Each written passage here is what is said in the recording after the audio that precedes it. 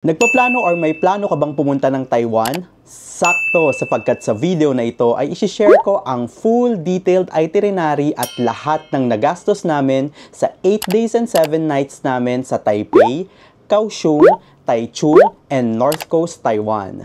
Welcome to Taiwan!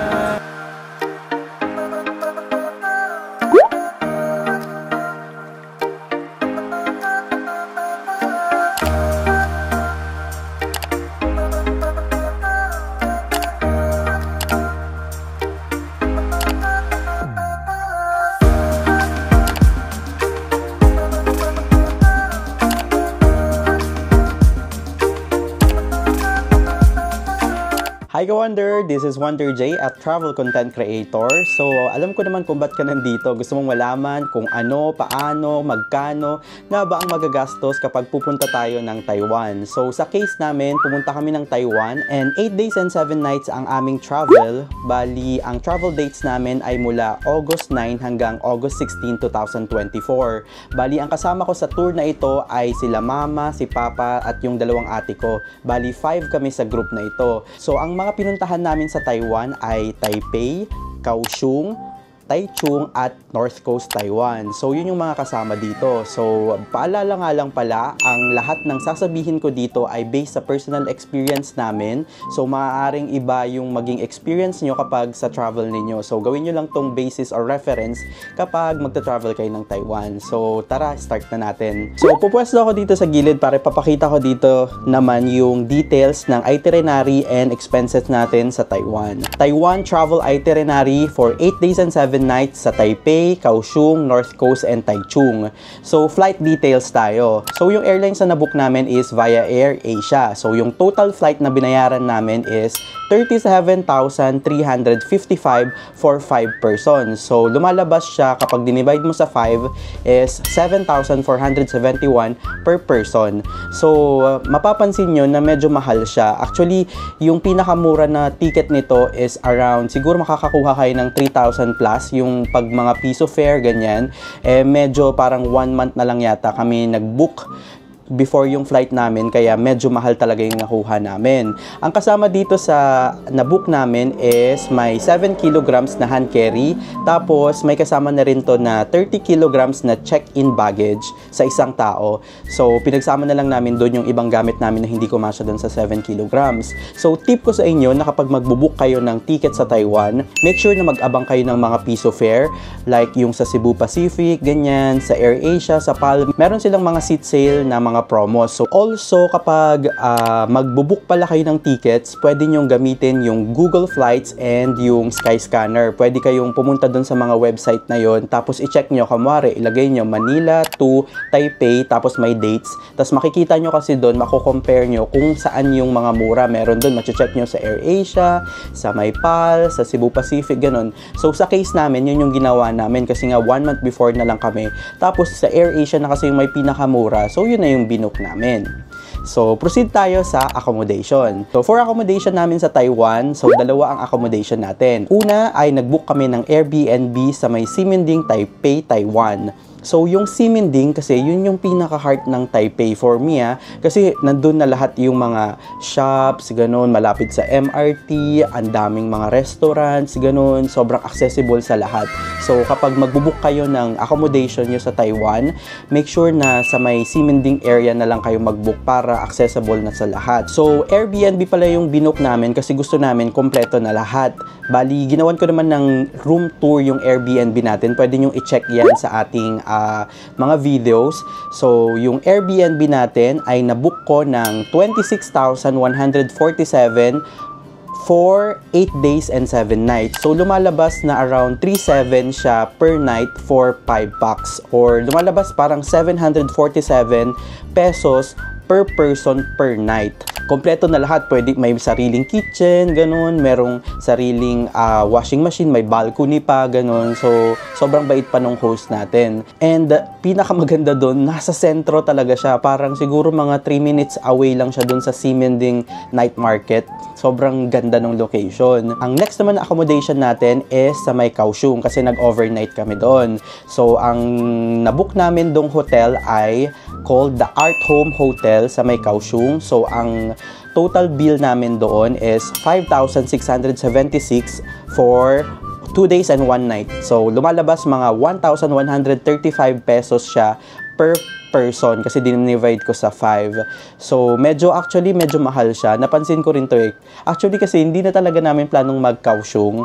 Pero mga siguro 3 days before nung flight namin, parang sabi namin gusto naming i-push yung Kaohsiung kasi may mga magaganda rin palang areas doon. Talagang pinush na lang namin. So, yung nabook naming hotel is medyo nasa pricier side na siya. Pero sobrang worth it nung Kaohsiung. For me, since nasa Taiwan naman na kayo, i-push nyo na yun. Lalo na meron naman silang high-speed rail na train na parang 1.5 hours lang yung travel time from Taipei. So, sobrang i-push nyo na yun kung pupunta kayo ng Taiwan. So, ang total expense natin sa accommodation is 31,823 pesos for 5 persons for 8 days and 7 nights na po yun. So, lumalabas around 6,364 per person sa 8 days and 7 nights. So, yun yung sa accommodation. Next nating tatalakayin ay ang mga things to do in the airport. So, pre-departure sa Manila. So, una naming nagastos is pay travel tax. So, yung travel tax, required talaga yun na bayaran kasi sa lahat ng mga tourist na aalis ng bansa, kailangan yung magbayad. So, ang binayad namin doon is 1,620 pesos. So, times 5, that is 8,100 pesos. So, make sure na dala nyo ang passport. Yan. Tapos, ang next nyo gagawin is i-claim nyo yung boarding pass nyo sa may check-in counter.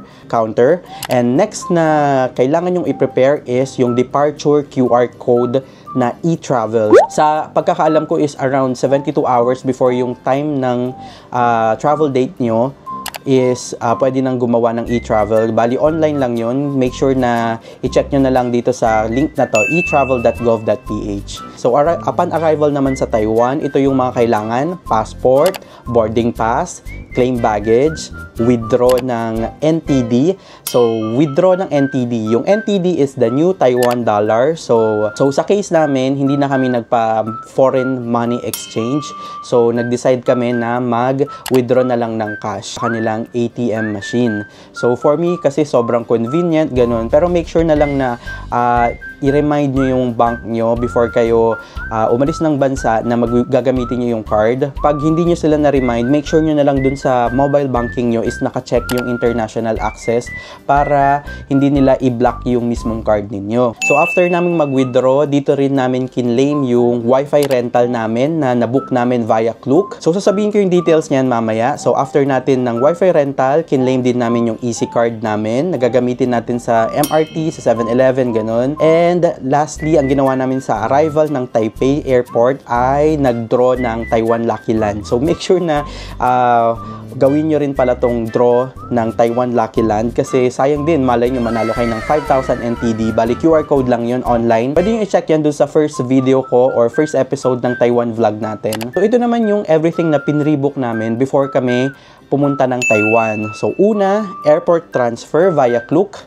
So, nag-book kami from Taiwan International Airport papuntang hotel namin sa Ximending. So, that is 2,224 pesos. So, isa siyang malaking private van. So, kasya doon siguro mga 7, ganun.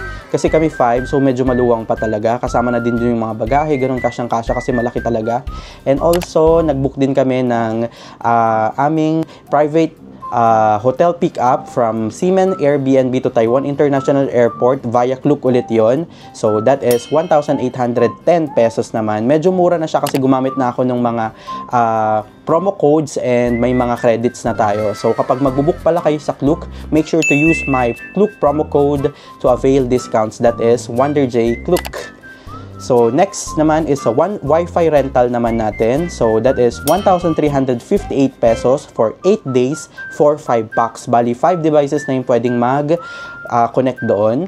So next natin na kinlame is yung Easy Card. So via Klook ulit yan. Bali yung Easy Card, yun yung pwede nyong gamitin sa MRT, sa mga buses, pwede nyo rin pambayad sa convenience store, ganun. Hindi ko lang alam sa mga restaurants kung pwede siyang gamitin.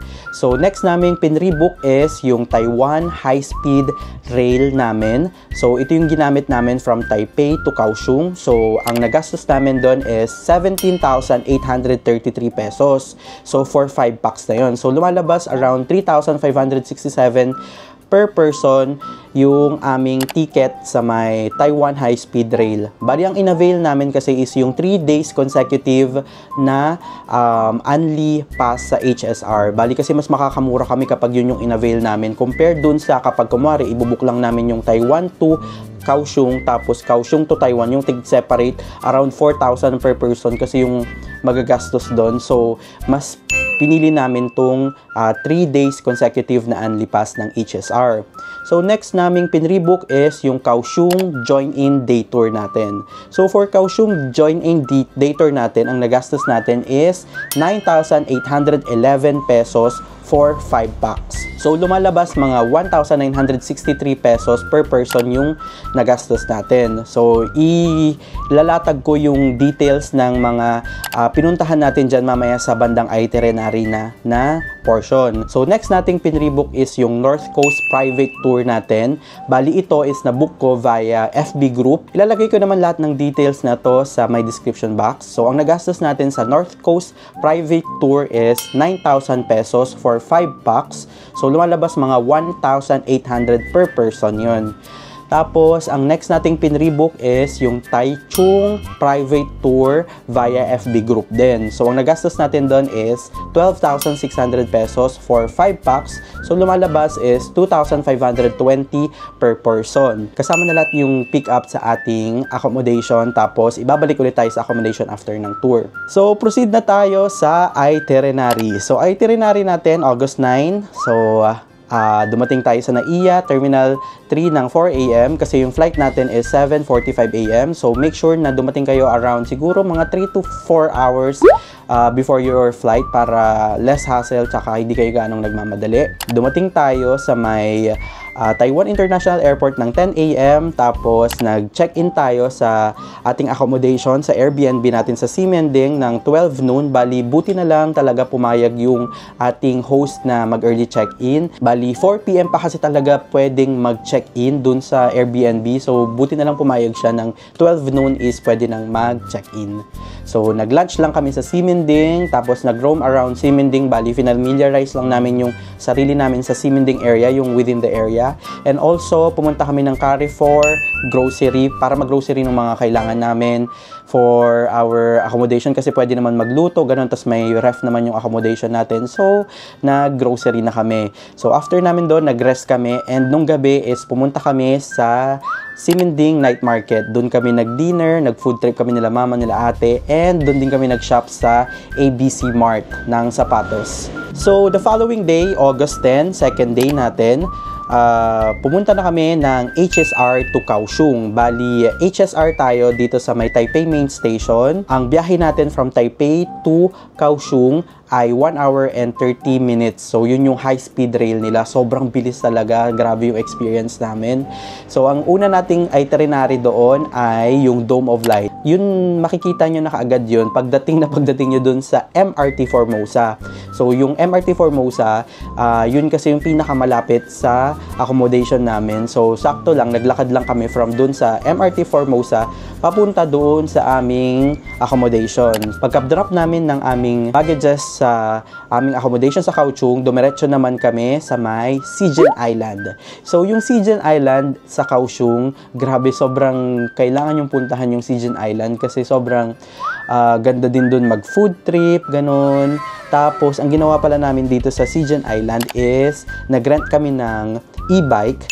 So, 600 NTD yun. So, around siguro mga 1,100 for 1 hour yung rent doon. Good for 4 packs na yun. So, para maikot nyo yung area. Bali, ang pamasahe lang kasi papuntang Sijen from Kaohsiung dun sa ferry is 20 NTD. So, lumalabas mga 30 35 pesos, mga ganun. Sobrang mura. So, tapos pagpasok nyo sa Sigean Island, wala nang mga entrance fee. So, ang matitip ko sa inyo, lalo na kapag may toddler or may seniors kayo, mag-rent na kayo ng e-bike para ma-explore nyo mismo yung island ng mabilis lang, tapos hindi kayo pagod, di ba? So, yun yung pinakamaganda namin ginawa sa Sigean Island. So, after namin sa Sigean Island, bumalik kami sa Kaohsiung para mag-dinner naman.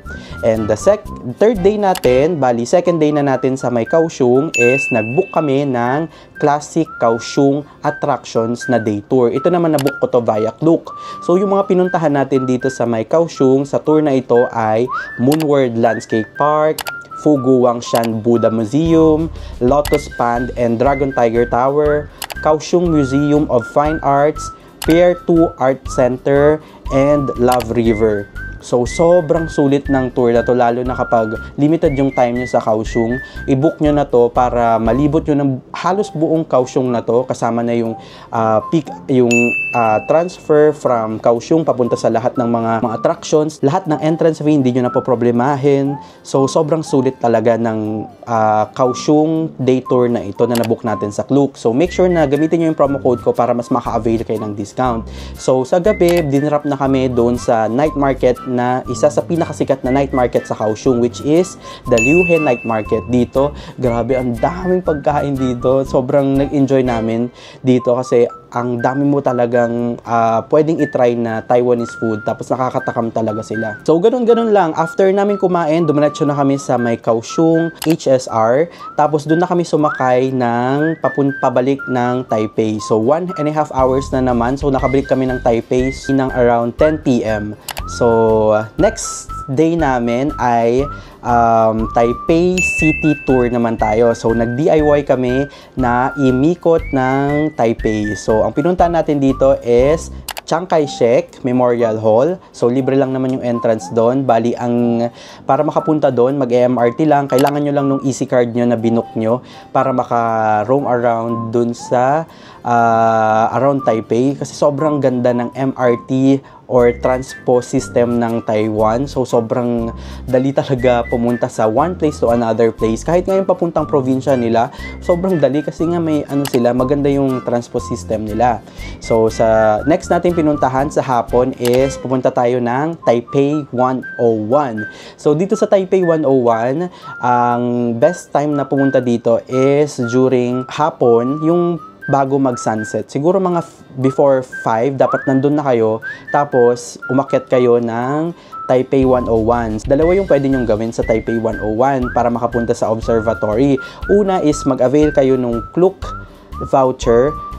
Magbubook kayo ng hanggang 91st floor yata sila. Meron din ata 101 floor, tama ba yung term? Basta hanggang dun sa pinakataas, dun via Klook, ibubuk nyo doon. Pero yung ginawa namin is yung travel hack na nakita lang din namin sa TikTok, which is yung bibili ka lang ng coffee sa may Simple Cafe. So, sa 89th floor, doon kayo magko-coffee shop para makapunta nga kayo doon. So, ang babayaran nyo doon is around 240 NTD. So, lumalabas mga siguro 350 to 400 pesos.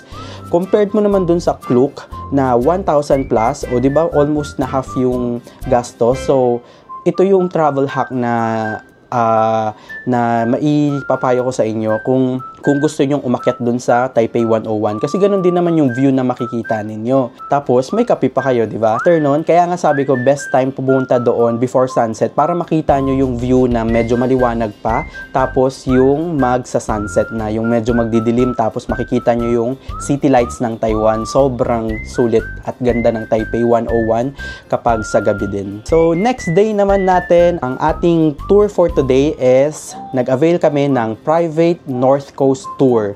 So, ito naman sabi ko nga kanina, private tour ito. So, may susundo na sa amin na van. So, nabook ko to online. So, tignan nyo na lang yung vlog ko about dyan para mas makita nyo yung details. So, yung mga pinuntahan natin dito ay Yelyu Geo Park, Jufen Old Street, Golden Waterfalls, Remains of 13 Levels, Shifen Waterfalls, Shifen Sky Lantern. So, lahat-lahat nun, yun yung mga pinuntahan natin.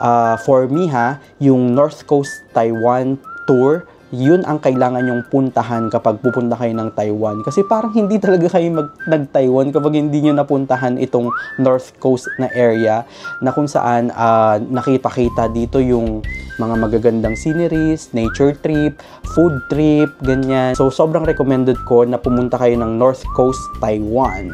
So, natapos yung tour namin around siguro mga 6 p.m. So, nag-dinner na lang kami sa may Ximending area. So, August 14, next day na. Ang next naman nating tour is nag-avail kami ng Taichung private tour naman. So, nag-start yung tour ng 8 a.m. So, ganun pa rin. Same lang din yung pinag-availan natin ng Taichung tour natin dun sa North Coast. So, sinundo kami ng 8 a.m. So, mga pinuntahan namin sa Taichung private tour, yan is Green Fantasy Forest, Chongshe Flower Farm, and Rainbow Village. So, dito rin, sinundo na rin namin yung pinsan ko na si Imang. So, nadaanan namin siya sa Hsinchu. And nakabalik kami sa accommodation namin sa Ximending ng around siguro mga 7 p.m. na. Kasi medyo malayo rin yung Taichung ha. Kaya nga mas mahal tong Taichung private tour na to. Pati sa Klook, mas mahal yung Taichung tour na to compared mo sa North Coast kasi mas malayo nga siya na area ng Taiwan. After namin makarating sa accommodation namin, dinrap lang namin yung mga bags namin, ganun, mga gamit, nag-freshen up, and dumiretso naman na kami ng Rauhe Night Market. For me ha, Rauhe Night Market is a must try or must visit na night market sa Taiwan kasi sobrang dami talagang pagkain. Tapos grabe, naalala ko na naman yung pork pepper buns. Ang sarap. Tapos, quality talaga yung food nila doon. So, pwede nyo itry yung Rauhe Night Market kapag pumunta kayo ng Taipei. So, the following day natin, bali free day namin today. So, parang pasalubong day natin. So, ang una nating pinuntahan nung umaga is pumunta tayo ng Zhongli Station. So, dito sa Zhongli, sobrang sikat ng kanilang gold na Taiwan. Bali, Taiwan gold dito talaga nabibili. So, dito kami pumunta kasi plano namin bumili ng gold na 24 karat. Tapos dito rin pala kami nag-brunch. Bali, kumain din kami sa isang parang hot pot and Anli barbecue na kainan dito sa may Zhongli. Sobrang sulit din doon. Sobrang lapit lang sa station. Siguro mga 3 minutes walk lang. And after nun, bumalik na kami sa may Ximending area and pumunta kami sa Carrefour. Bali, dito sa Carrefour, yun nga, yung Carrefour, isa siyang malaking grocery store ng Taiwan. Bali, sobrang tagal na talaga nila kasi nga sabi nga ni Mama, doon siya kasi nag-work sa Taiwan. So, ito na yung pinag-groceryhan nila dati pa. So, talagang matatag na sila. So, dito namin nabili lahat ng mga pasalubong namin na iuwi sa probinsya. Ang maganda dito, 24 hours silang open. Tapos, tax-free pa kapag lumagpas kayo ng 2,000 NTD. So, sobrang ganda, di ba? Tapos, ang maganda pa, sobrang lapit lang niya sa Ximending. Siguro mga 10 to 15 minutes walk lang siya papunta dun sa Ximending na center. And after nun, the following day is flight na natin sa Philippines. So, nag-check out kami ng 6 a.m. and nag-avail ulit kami ng private hotel pickup natin from our accommodation papunta ng airport para less hassle na. So, nabook ko ulit yon via Klook. So, nakarating kami ng airport ng around siguro mga 8 a.m. Tapos, wala namang problema sa airport ng Taiwan. Sobrang bilis naman. And nakarating na kami ng Pilipinas ng around 1 p.m. So, yun na yung full detailed itinerary natin sa Taipei, Kaohsiung, North Coast, and Taichung, Taiwan. So, ito naman yung other expenses na hindi ko nabanggit kanina. So, sa North Coast Tour, yung Yellow Geo Park, hindi pa kasama yung entrance fee na 216 pesos times 5. So, that is 1,080 pesos. Sa Shifen Lantern, yung nagastos namin doon is 450 yung lantern na ipapalipad nyo. Sa Taichung Tour naman, yung sa may Zongshe Flower Farm, may entrance fee doon na 270 pesos per pack. So, times 5, that is 1,350 pesos. Bali, may kasama ng pagkain doon. Tapos, entrance fee doon sa mismong flower farm. Tapos, next is sa Green Fantasy Forest, that is 450 pesos per person times 5. That is 2,250 para doon sa entrance fee.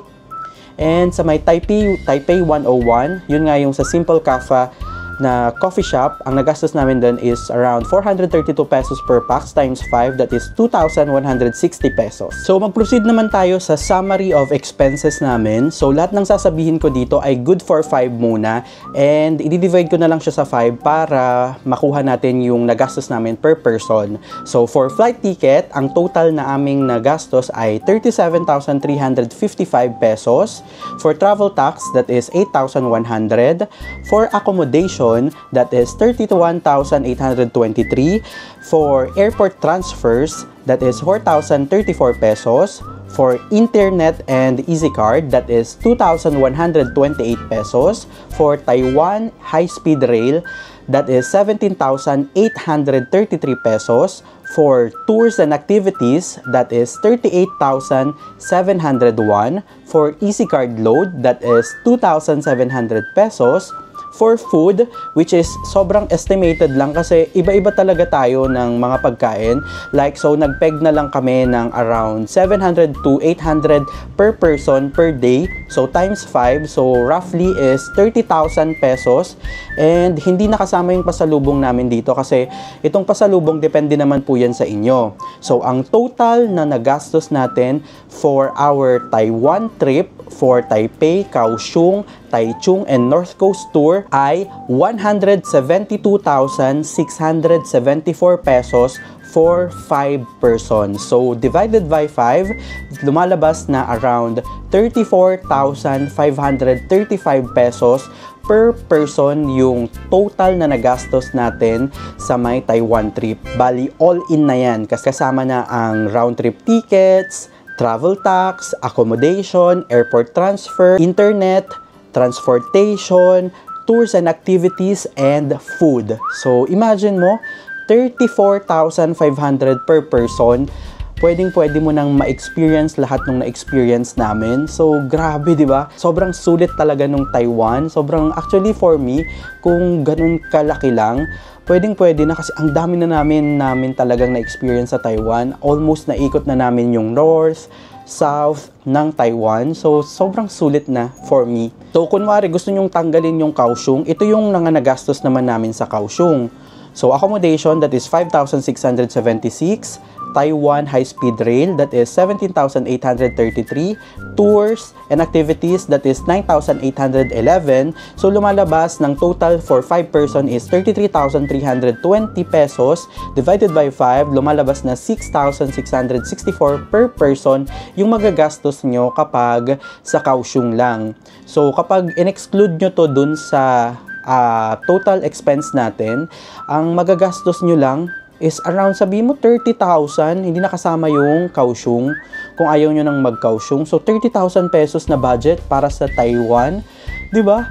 Sobrang sulit na yon. So, imagine, almost 35,000 pesos, tapos magagawa mo na lahat ng nagawa namin for 8 days and 7 nights sa may Taipei, Kaohsiung, Taichung, and North Coast ng Taiwan. Grabe, kasama na lahat yun na, all-in na po. So, for me, mas makakamura talaga kayo kapag group tours kayo kasi may mga, syempre sa food pa lang, ganun, parang for sharing na yung o-orderin nyo, pwede na kayong mag-food trip, ganun. Tapos, kapag sa mga tours, ganun, pwede kayong mag-private tour na mas makakamura kayo, tapos talagang mai-enjoy nyo talaga yung time nyo dun sa pupuntahan nyo kasi nga, private siya, lalo na pag groups. So, yun yung mga pros ng kapag group kayo. So, siguro magbigay na lang kayo or maglagay na lang kayo ng another, siguro mga 20% na additional budget dito sa sinabi ko para, syempre, diba, hindi nyo naman alam yung emergency, ganyan, na pwedeng mangyari kapag nasa ibang bansa kayo. And also nga pala, ginawan ko yan, meron tayong 17 episodes ng full detailed vlogs natin per activity or tours and food trips natin sa Taiwan. Pwede nyo i-check yan after nyo mapanood ang video na ito para, alam nyo yun, para kung wala kang ginagawa, ganun, or kung talagang kailangan nyo talaga ng itinerary, or para makita nyo yung kung paano nga ba pumunta, ganun. Kasi in-explain ko talaga doon ng detailed, pinakita ko doon yung food experience namin para, alam nyo yun, parang kasama rin kayo sa naging tour namin.